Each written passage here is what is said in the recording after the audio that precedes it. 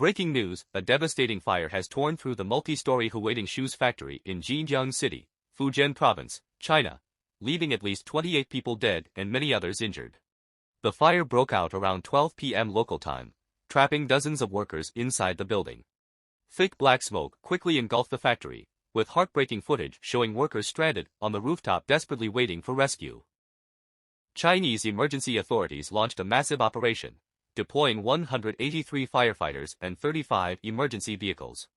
After hours of intense firefighting, the blaze was largely brought under control by the evening.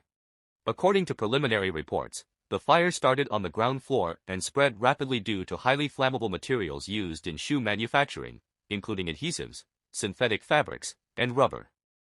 Chinese President Xi Jinping has ordered a full investigation into the tragedy and directed authorities to rescue survivors, treat the injured, and determine the exact cause of the disaster.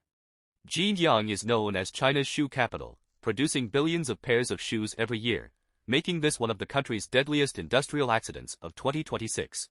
Stay with us for the latest updates. Don't forget to like, subscribe, and turn on notifications for more breaking news from around the world.